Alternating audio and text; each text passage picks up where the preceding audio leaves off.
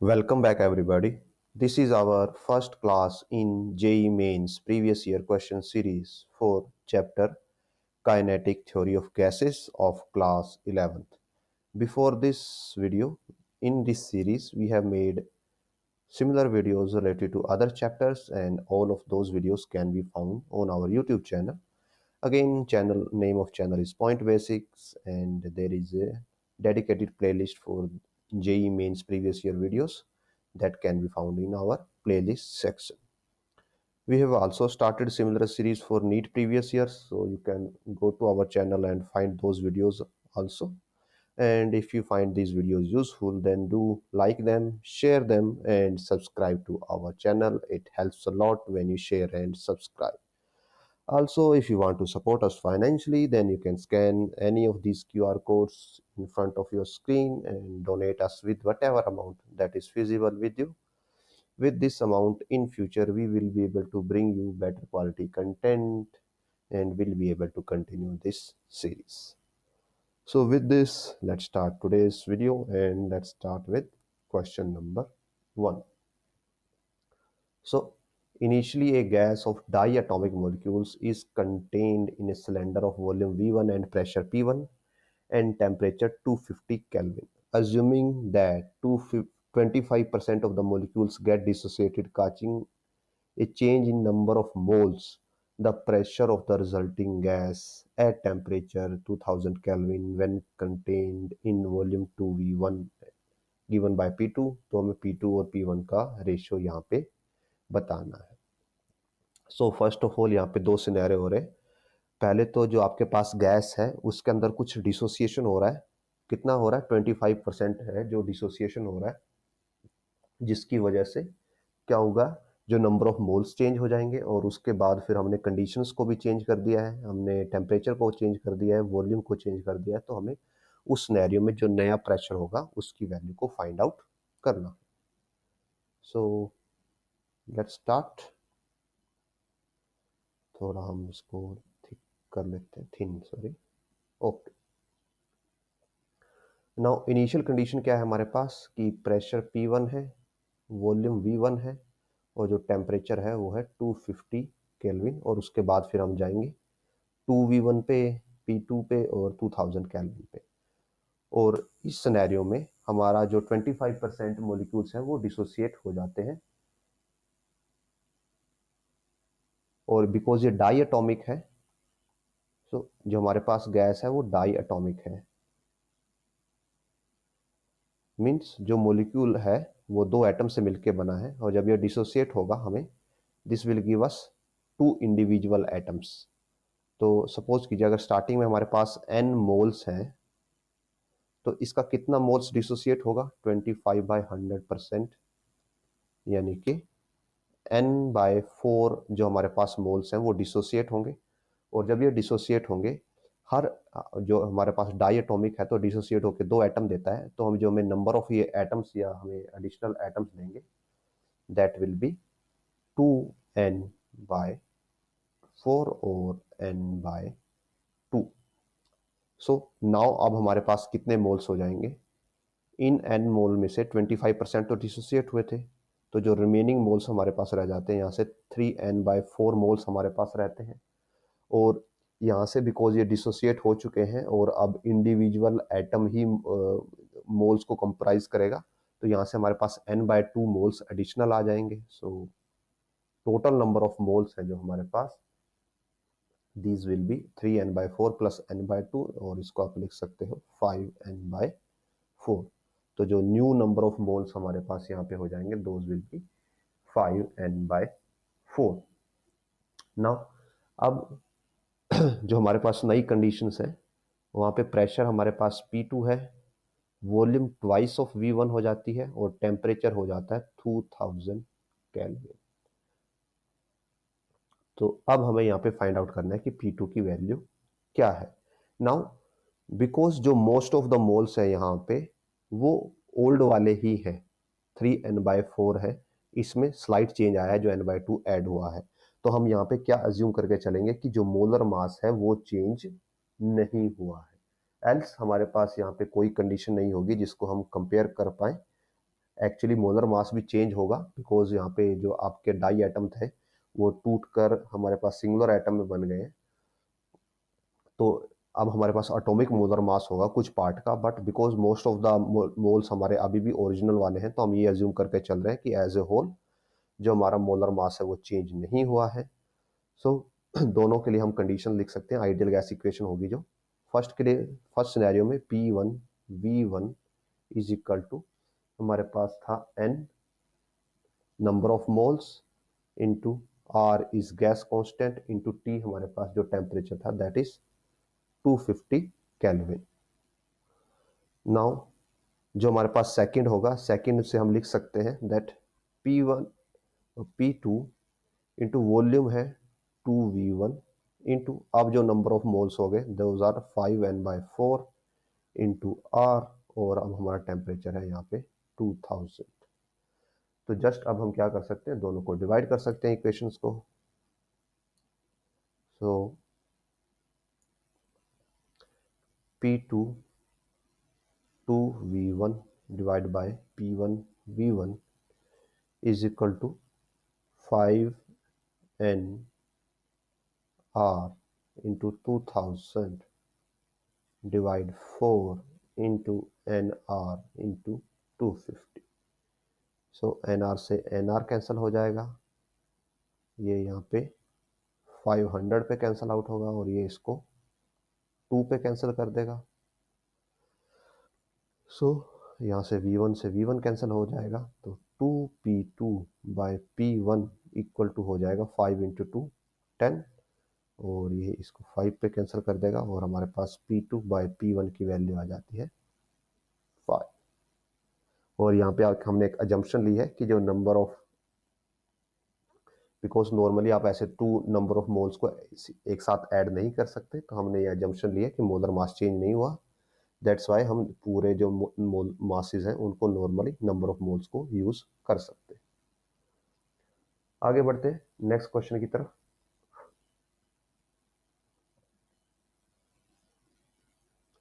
So the change in magnitude of a volume of ideal gas when small additional pressure delta P is applied at a constant temperature is same as change when temperature is reduced by small quantity delta T at constant pressure.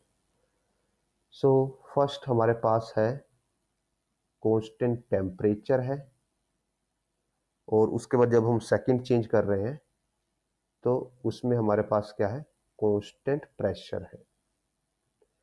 Initial temperature and pressure of gas हमें given है respectively. If delta T is equal to C delta P, the value of C हमें यहाँ पे find out करनी है। तो हम दोनों केसेस को सॉल्व करेंगे।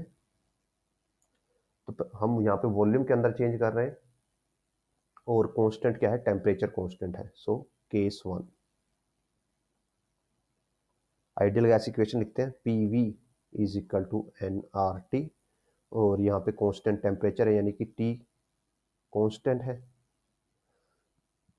तो जब हम यहाँ पे डेरिवेट करेंगे, एन और आर तो ऑलरेडी कांस्टेंट होता है, टी भी कांस्टेंट हो गया, तो इसका पूरा का पूरा डेरिवेटिव 0 हो जाएगा और हमारे पास ओनली पी और वी वेरिएबल होंगे। वी तो ऑलरेडी मेंशन है कि वी वेरिएबल है, सो उसको अगर वी वेरिएबल है तो पी भी वेरिएबल हो जाएगा। So P D V plus V D P ये पूरा का पूरा कांस्टेंट है, तो ये 0 हो जाएगा हमारे पास, और यहाँ से हमारे पास वैल्यूज बन जाएंगी P D V is equal to minus V D P, और यहाँ से हम फाइंड आउट कर सकते हैं डी वी की वैल्यू। So D V is equal to minus V by P into T. So this is the change in volume. तो जो हमारे पास जो पूछा गया था, the change in the magnitude of volume of an ideal gas is same as change in temperature. तो हमने वॉल्यूम के अंदर का चेंज निकाल लिया केस 1 में, अब दूसरे केस में हम जो टेम्परेचर है उसके अंदर का चेंज हम निकालेंगे। सो केस 2, और केस 2 में क्या है, प्रेशर कांस्टेंट है, तो अगेन लिखते हैं P V is equal to N R T. तो यहाँ पे प्रेशर कांस्टेंट है तो प्रेशर का डेरिवेटिव नहीं होगा, तो यहाँ पे just P D V is equal to N R D T हो जाता है हमारे पास, और यहाँ से हमारे पास जो dv है, dv comes out to be nr dt by p। Now जो दोनों के dv है वो इक्वल ये हमें इक्वल गिवन है, सो दोनों के dv's को इक्वेट कर देते हैं और मैग्नीट्यूड वाइज दोनों को इक्वल बोला गया है। तो यहाँ पे आपको ध्यान रखना है कि यहाँ पे नेगेटिव साइन है और यहाँ पे पॉजिटिव है, but change in the magnitude, तो यहाँ पे मैग्नीट्यूड वाइज दोनों इक्वल है, तो दोनों को हम पॉजिटिव साइन से इक्वल रखेंगे, यानी कि N R D T by P is equal to V P D P. और यहाँ से p कैंसिल हो जाता है और हमारे पास आ जाता है that D T is equal to v by N R into D P. और आप देखिए यहाँ पे हमें यही फॉर्म पूछी गई है, that delta T is equal to C delta P. तो हम इसको लिख सकते हैं ऐसे, that delta T is equal to V by N R into delta P. तो ये जो सी है, सी की वैल्यू आ जाएगी यहाँ पे हमारे पास, C is equal to V by N R. और हमें बाकी के टर्म्स गिवन है। अज्यूमिंग कि अगर हम यहाँ पे जो नंबर ऑफ मोल्स हैं वो एक ले लेते हैं, 1 मोल्स के हिसाब से कैलकुलेशन करते हैं। So what we have, initial temperature and pressure हमें यहाँ पे पता है, so it will be C is equal to V by N R. और यहाँ से also V by N R is equal to, इस फॉर्मूला से it will be delta T by delta P. और इनिशियल टेम्परेचर का change हमें given है 300 और प्रेशर का 2 एटमोस्फेयर गिवन है, सो 300 बाय 2, तो ये आ जाता है 150 केल्विन पर एटमोस्फेयर। और अगर आप यहाँ पे देखें तो हमारी यूनिट भी मैच करेगी, सो आंसर इज 150। आगे बढ़ते हैं नेक्स्ट क्वेश्चन की तरफ।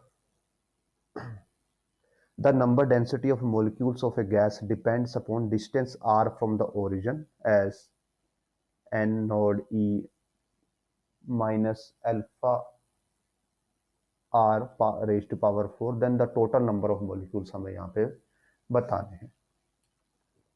सो यहाँ पे हमें नंबर डेंसिटी गिवन है N R is equal to N naught e raise to power minus alpha r4।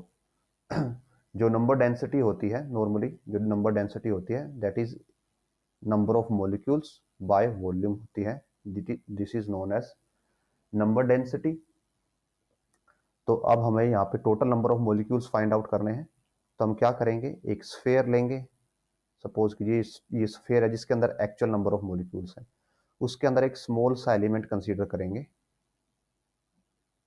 जिस एलिमेंट की थिकनेस कितनी है, डी आर है।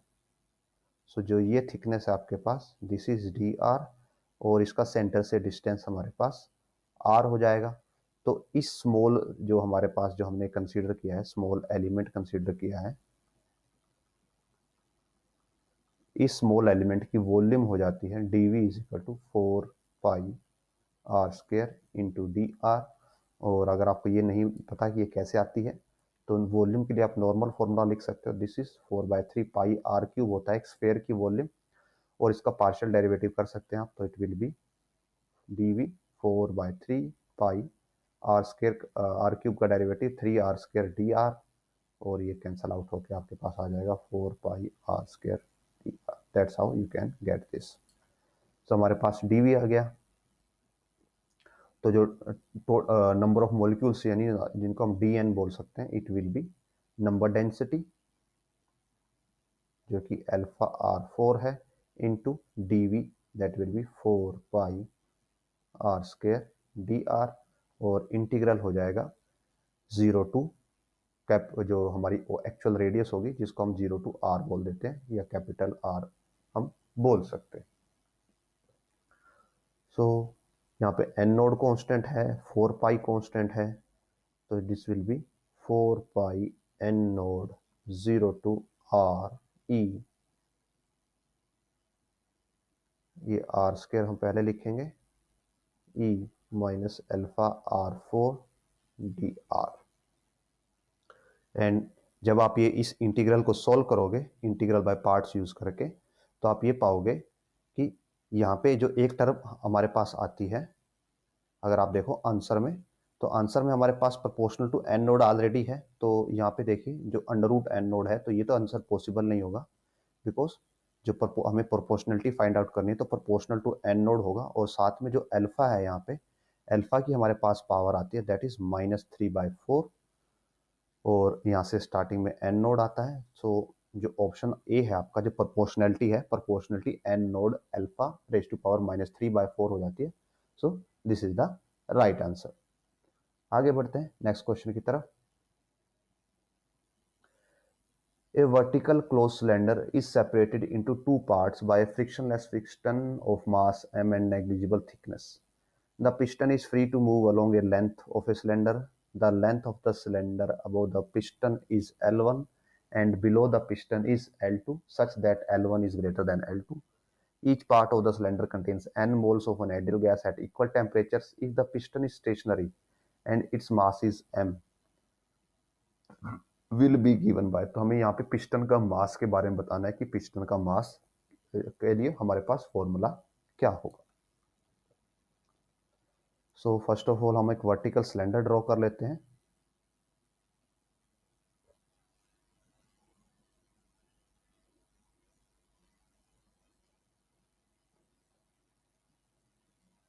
तो सपोज कीजिए दिस इज वर्टिकल सिलेंडर।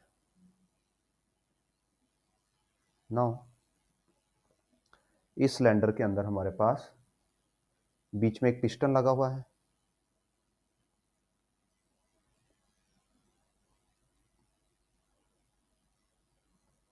यहाँ पे सपोज ये पिस्टन लगा हुआ है हमारे पास।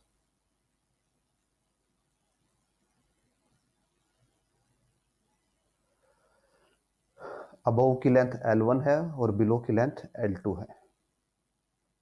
सो ये लेंथ L1 है and this length is L2। और साथ में ऊपर प्रेशर P1 है, वॉल्यूम V1 है, नीचे प्रेशर P2 है, नीचे वॉल्यूम V2 है। और यहाँ पे क्या है, each part of the cylinder contains n moles of an ideal gas. So यहाँ पे भी n moles of ideal gas है और यहाँ पे भी हमारे पास n moles of ideal gas है।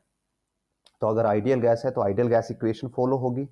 सो दिस विल बी, पहली इक्वेशन क्या हो जाएगी, P1 V1 is equal to N R T1 और P2 V2 is equal to N R T2। Now because जो सिलेंडर है वो कनेक्टेड है और आल्सो मेंशन है कि एट इक्वल टेम्परेचर, तो दोनों के लिए टेम्परेचर भी इक्वल है, तो यानी कि T1 और T2 दोनों एक दूसरे के इक्वल हैं।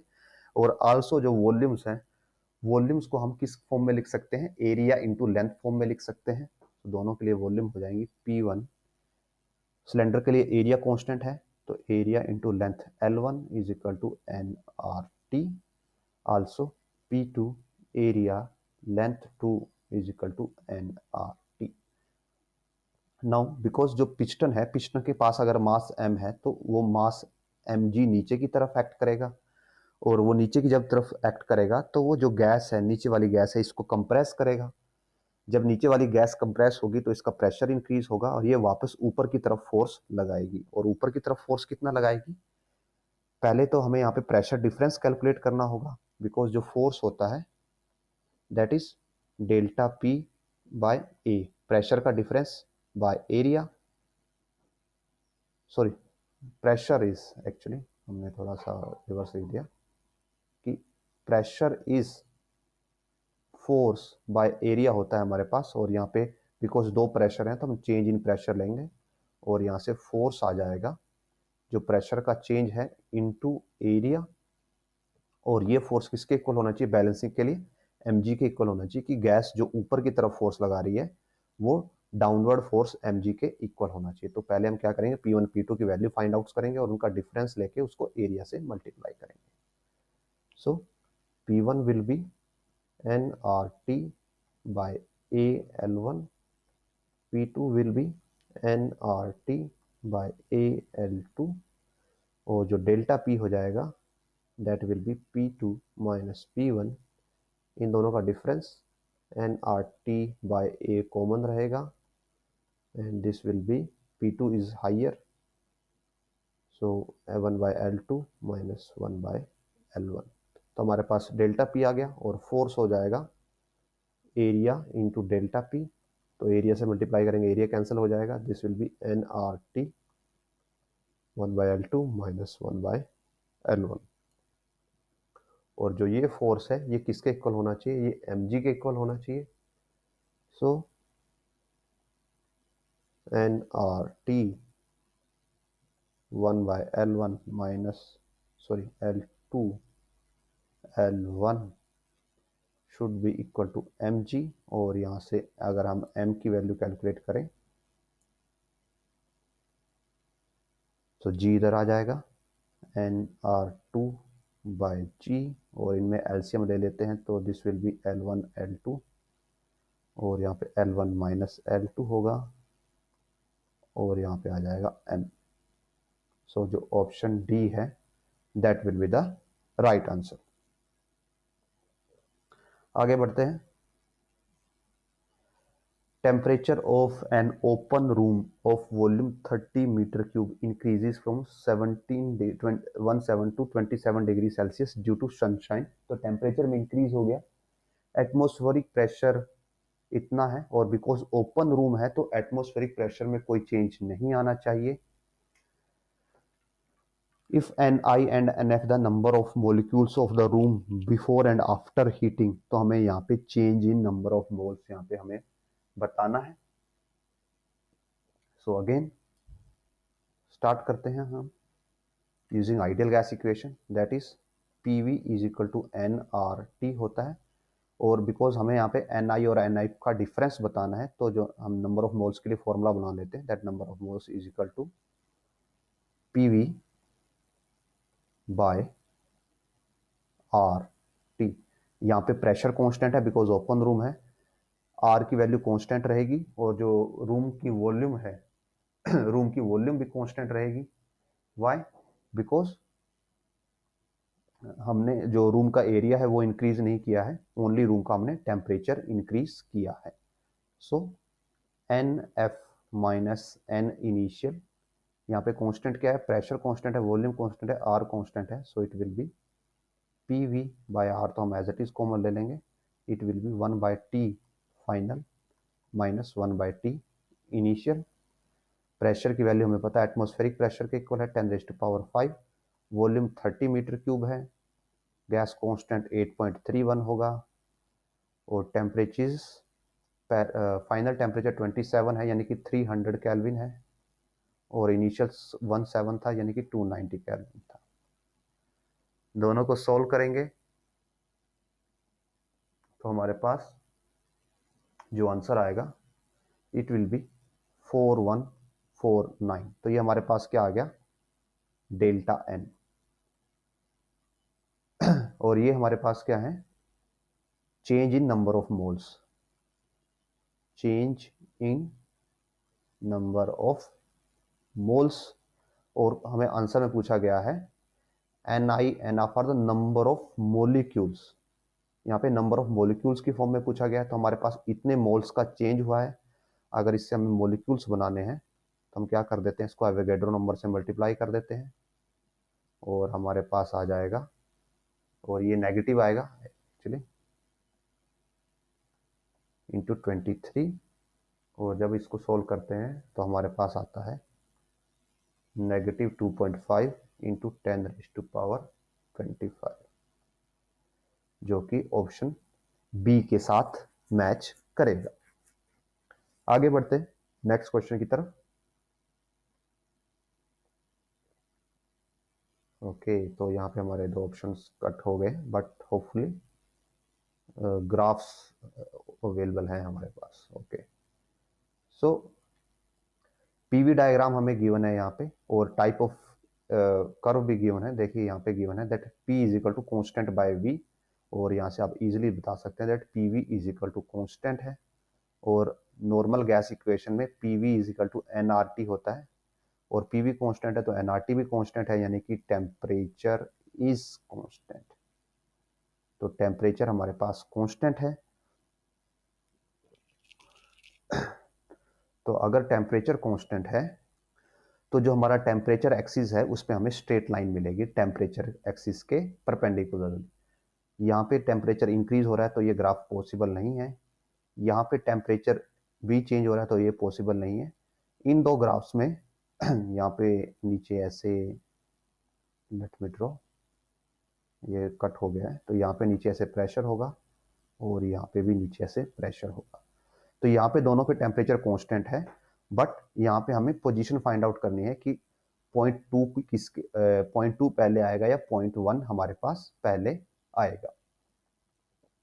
तो वो चेक करने के लिए हम क्या करते हैं, ऊपर वापस ग्राफ पे जाते हैं और जो पॉइंट वन है उसके अकॉर्डिंग अगर प्रेशर देखें तो हम पॉइंट वन का प्रेशर ग्रेटर है पॉइंट टू के प्रेशर से। पॉइंट टू का प्रेशर यहाँ पे लाई करेगा और पॉइंट वन का प्रेशर यहाँ पे लाई करता है। सो पॉइंट वन का प्रेशर ज़्यादा है पॉइंट टू के प्रेशर से, यानी कि पॉइंट टू का प्रेशर कम है तो पॉइंट टू आपका प्रेशर ग्राफ पे बैकवर्ड साइड आएगा और पॉइंट वन फॉरवर्ड साइड आएगा। सो ऑप्शन यहाँ पे जो सी है that will be the right answer. आगे बढ़ते हैं। सो there are two identical chambers completely thermally insulated from the surrounding. Both chambers have a portion wall dividing chamber into two compartments, one filled with ideal gas and other filled with real gas. Compartment 2 and 4 are vacuum. तो यहाँ इसमें ideal gas है और यहाँ पे vacuum है, यहाँ पे रियल गैस है और यहाँ पे वैक्यूम है। A small hole is made in the portion walls and gases are allowed to expand. Statement 1. No change in the temperature of gas takes place when ideal gas expands in vacuum. However, temperature of real gas goes down, cooling, when it expands in vacuum. और दूसरी statement है internal energy of ideal gas is only kinetic. Internal energy of real gas is kinetic as well as potential. सो अगर हम first statement को discuss करें कि जो ideal gas है जब वो एक्सपैंड हो ओरिफिस से बाहर की तरफ निकलेगी वैक्यूम में तो उसके टेम्परेचर में कोई चेंज नहीं आएगा। यस, तो उसके टेम्परेचर में कोई चेंज नहीं आता बिकॉज जो आइडियल गैस है उनके एटम्स के बीच की इंटरेक्शंस नेग्लिजिबल मानी जाती हैं एंड जब वो वैक्यूम में जाएंगी तो वो किसी और से इंटरेक्ट नहीं करेंगी बिकॉज वैक्यूम में इंटरेक्ट करने के लिए कोई अवेलेबल ही नहीं है, कोई अनदर एटम। सो उनकी एनर्जीज में कोई चेंज नहीं आएगा और ना ही आइडियल गैस कोई वर्क डन करेगी। तो उसकी एनर्जी में कोई चेंज नहीं आ रहा तो उसके टेम्परेचर में भी चेंज नहीं आएगा। बट सेम सिनेरियो अगर रियल गैस के लिए हो, रियल गैस वैक्यूम के अंदर जाए तो वहां पे रियल गैस जब एक्सपैंड करेगी तो उनके इंटर एटॉमिक डिस्टेंसेस रिड्यूस हो जाए, इंक्रीज हो जाएंगे और इंक्रीज होने की वजह से उनकी जो पोटेंशियल एनर्जीज हैं वो डिक्रीज होंगी, यानी कि उनकी जो उनकी टोटल एनर्जी है वो काइनेटिक प्लस पोटेंशियल होती है। तो अगर पोटेंशियल एनर्जी डिक्रीज हुई तो टोटल एनर्जी डिक्रीज होगी और टोटल एनर्जी डिक्रीज हुई यानी कि उसका टेम्परेचर डाउन हो जाएगा, यानी कि वो कूल डाउन होगी। और यही स्टेटमेंट 2 है कि internal energy of ideal is only kinetic and और रियल गैस की हमारे पास kinetic as well as potential होती है। सो 1 एंड 2 बोथ ट्रू हैं और जो 2 है वो फर्स्ट का राइट एक्सप्लेनेशन है। तो ऑप्शन बी यहाँ पे राइट आंसर होगा। आगे बढ़ते हैं नेक्स्ट क्वेश्चन की तरफ। So cooking gas containers are kept in lorry moving with uniform speed, the temperature of gas molecule inside will be. So यहाँ पे बिकॉज आपका पूरा का पूरा सिस्टम मूव कर रहा है, मीन्स आप ऐसे कंसिडर कर लिए कि आपके पास एक बॉक्स है और बॉक्स के अंदर आपके पास कोई गैस है। अगर इसके अंदर गैस को आप मूव करवाते हो तो गैस का क्या होगा, टेम्परेचर इंक्रीज होगा। बट अगर आप पूरा का पूरा बॉक्स मूव करवा देते हो तो पूरी की पूरी गैस एज ए एवरेज किसी डायरेक्शन में मूव कर रही है। सपोज आपने इसको राइट डायरेक्शन में मूव करवा दिया तो इससे गैस के जो एटम्स हैं उनके ऊपर कोई फर्क नहीं पड़ेगा और यहाँ पे ऑलरेडी यूनिफॉर्म स्पीड मेंशन है तो जो एक्सेलरेशन है गैस पार्टिकल्स का वो भी जीरो ही होगा। सो जो गैस के इंटरनल पार्टिकल्स हैं उनके लिए कोई फर्क नहीं पड़ने वाला और जो उसका टेम्परेचर है गैस मॉलिक्यूल्स का उसकी एनर्जी भी सेम रहेगी और उसका टेम्परेचर भी सेम ही रहेगा। So option C remains the same will be the right answer. आगे बढ़ते हैं नेक्स्ट क्वेश्चन की तरफ। number of molecules in a volume of 4 centimeter cube of a perfect monatomic gas at temperature T and at a pressure 2 centimeter of mercury is close to। तो हमें number of molecules बताने हैं, volume given है,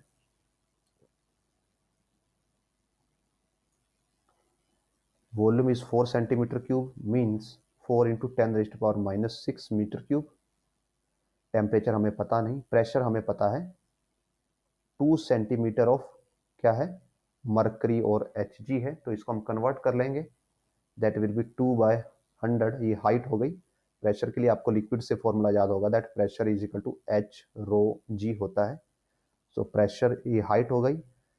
mercury की density होती है 13.6 into 10⁻³ kilogram per metre cube and into gravity जो कि हम G10 ले रहे हैं।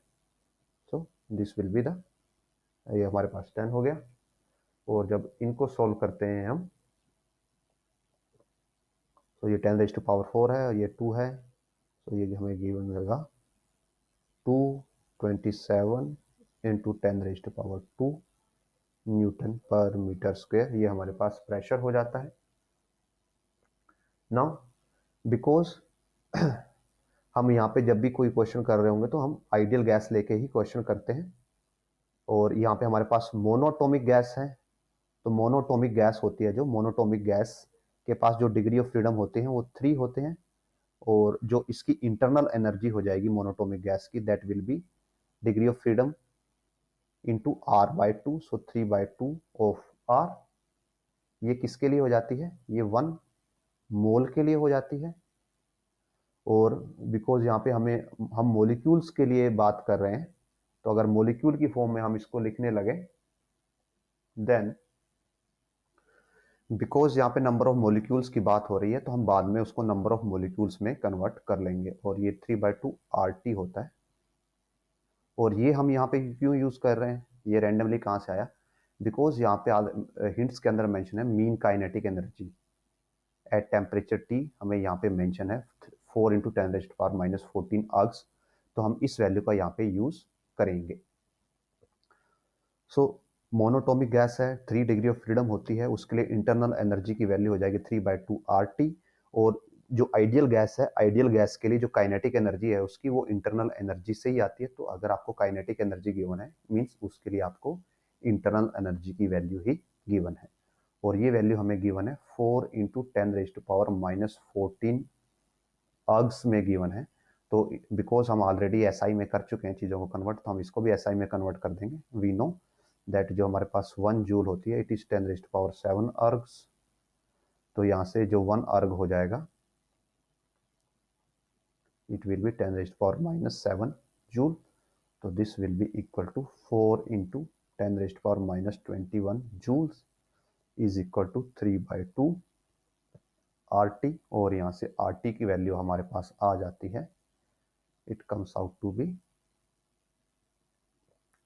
2 into 4 8 into 10⁻⁻21 डिवाइड बाय 3। ये हमारे पास RT की वैल्यू आ जाती है।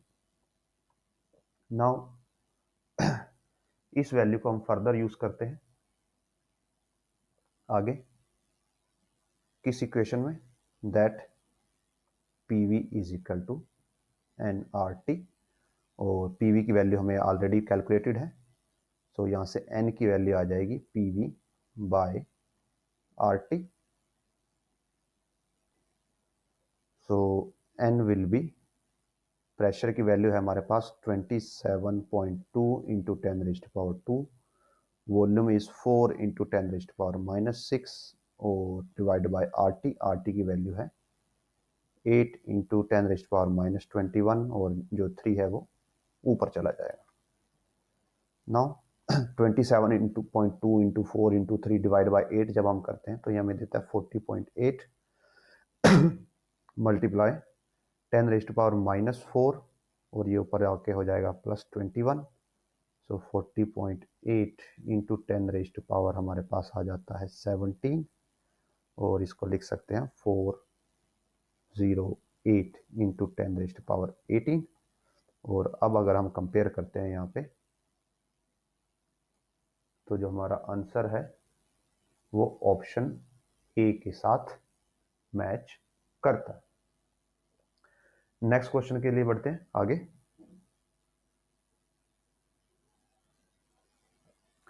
Nitrogen gas is at 300 degree Celsius.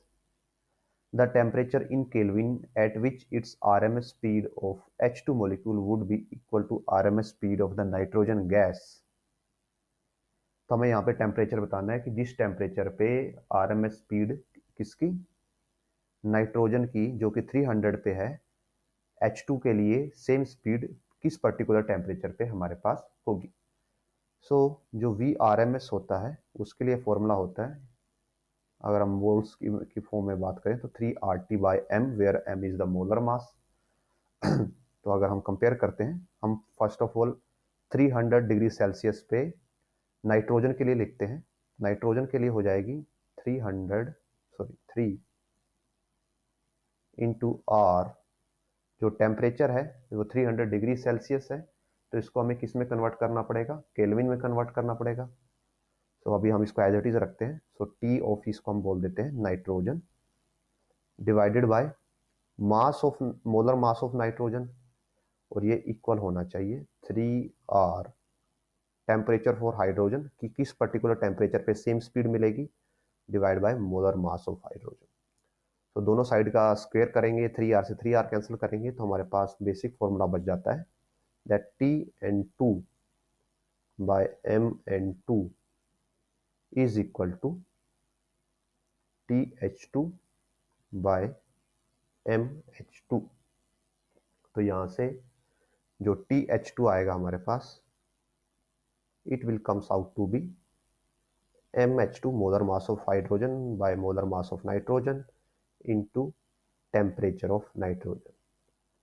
So molar mass of hydrogen होता है हमारे पास 1 ग्राम, 1 × 10⁻³ नाइट्रोजन के लिए मोलर मास होता है 14, बिकॉज N2 है, इंटू जो टेम्परेचर है दैट इज 300 डिग्री सेल्सियस, और इसको हम केल्विन में कन्वर्ट करेंगे, so it comes out to be 573, I think, yes 573। So final answer हो जाएगा 573/14, और ये हमें देगा 4 अप्रोक्सीमेटली 41 केल्विन। सो यहाँ पे आंसर आएगा 41, और तो यहाँ पे यस केल्विन में पूछा गया तो 41 आएगा। अगर डिग्री सेल्सियस में पूछा जाता तो डिपेंडिंग अपॉन हमें 273 माइनस 41, तो 232 डिग्री सेल्सियस आंसर आता अगर डिग्री सेल्सियस में पूछा जाता। Next question, for a given gas at 1 atmospheric pressure, RMS speed of the molecule is 200 meter per second at 127 degree Celsius। At 2 atmospheric pressure at ये हमें temperature given है, तो RMS speed हमें बताना है। तो अगेन जो RMS स्पीड का फॉर्मूला होता है VRMS is given by 3RT molar mass, और ये प्रेशर पे डिपेंड नहीं करती, does not depends upon pressure, so only temperature पे डिपेंड करती है। और टेम्परेचर में कितना चेंज आया है, 127 टू 227। 127 होता है 300 केल्विन एंड नॉट 400 केल्विन, और 227 होगा हमारे पास 500 केल्विन। सो V1, या आप बोल सकते हो कि VRMS है जो प्रोपोर्शनल टू टेम्परेचर है, बिकॉज बाकी की चीजें एज इट इज है। सो V1/V2 इक्वल टू हो जाएगा हमारे पास T1/T2, और हम V2 की वैल्यू निकालेंगे जो कि T2 टेम्परेचर के कोरस्पॉन्डिंग होगी। सो V2 will be V1 into T2/T1 का अंडर रूट। V1 है हमारे पास 200, T2 है 500 केल्विन बाय नीचे है 400 kelvin. So this will give us 200/2 into √5, so 100√5, that is option C।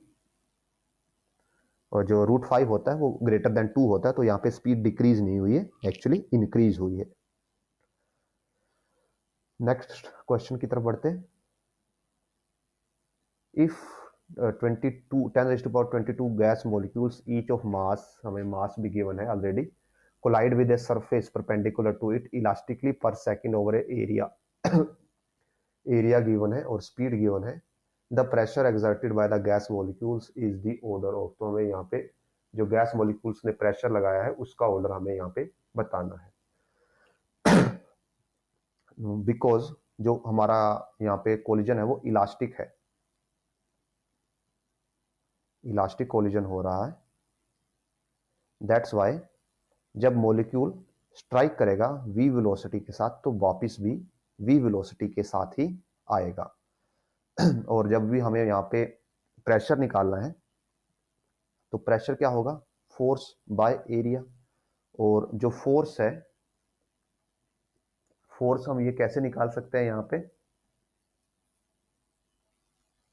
Force हम यूज कर सकते हैं न्यूटन का जो हमारे पास सेकंड लॉ होता है, जिससे हमें पता है that force is equal to 1/a as it is, force is dp/dt, यानी कि change in momentum by change in time. अब बिकॉज यहाँ पे हमें वेलोसिटी गिवन है तो हम सारी कैलकुलेशन पर सेकंड के हिसाब से करेंगे, और ऑलरेडी ये भी मेंशन है कि जो मॉलिक्यूल्स कोलाइड कर रहे हैं वो 1 सेकंड में क्या टाइम पीरियड में कोलाइड कर रहे हैं।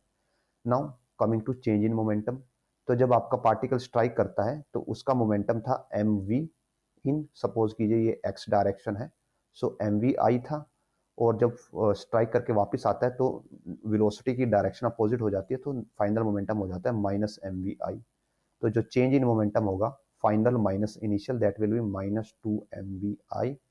और अगर हम, बिकॉज यहाँ पे हम ओनली मैग्नीट्यूड की बात कर रहे हैं, तो डेल्टा पी का मैग्नीट्यूड हो जाएगा 2mv, टाइम हमारे पास 1 हो जाएगा। सो जो प्रेशर है फाइनली, ये कैपिटल पी से डिनोट करते हैं, स्मॉल पी हमारा मोमेंटम है, कैपिटल टी प्रेशर है, so it will B 2mv by area, और टाइम हमारा हो गया है 1 सेकेंड। अब यहाँ पे जो m है ये टोटल मास है। अब बिकॉज हमारे पास n नंबर ऑफ मॉलिक्यूल्स हैं तो टोटल मास हो जाएगा, total number of molecules, mass of one molecule m1 बोल दीजिए हमने जिसको, इनटू वेलोसिटी, और साथ में 2 है, और डिवाइडेड बाय हमारे पास एरिया होगा। तो फर्दर या वैल्यूज पुट करते हैं, नंबर ऑफ मॉलिक्यूल 10⁻22 है, मास हर का -26 है, वेलोसिटी 10⁻4 है, और एरिया हमारा 1 मीटर स्क्वायर है। सो जब इसको सोल्व करेंगे तो ये 10⁻26 ही है, और ये माइनस होके फिनिश हो जाएगा, तो हमारे पास जो प्रेशर आता है वो 2 आता है, 2 न्यूटन मीटर स्क्वायर, और 2 पास्कल। बट हमें यहाँ पे ऑर्डर में बताना है, सो जो ऑर्डर होगा ऑर्डर विल बी 10⁻0, और इनमें से हमारा कोई भी आंसर है जो मैच नहीं करता, सो this is a bonus question. So with this हम इस वीडियो को यहीं पे एंड करते हैं। होपफुली जो हमने यहाँ पे कवर किया वो आपके लिए अंडरस्टैंडेबल रहा होगा, हेल्पफुल रहा होगा और यूजफुल होगा। अगेन आपके कुछ डाउट्स हैं या सजेशन हैं तो आप कमेंट सेक्शन में छोड़ सकते हैं, I will try to answer them all. And अगर वीडियो पसंद आए तो लाइक कीजिए, शेयर कीजिए, चैनल को सब्सक्राइब कीजिए। If possible do make some donation by scanning this QR codes, it help us a lot to keep this series continue. So with this, thanks for watching and we will meet in next video.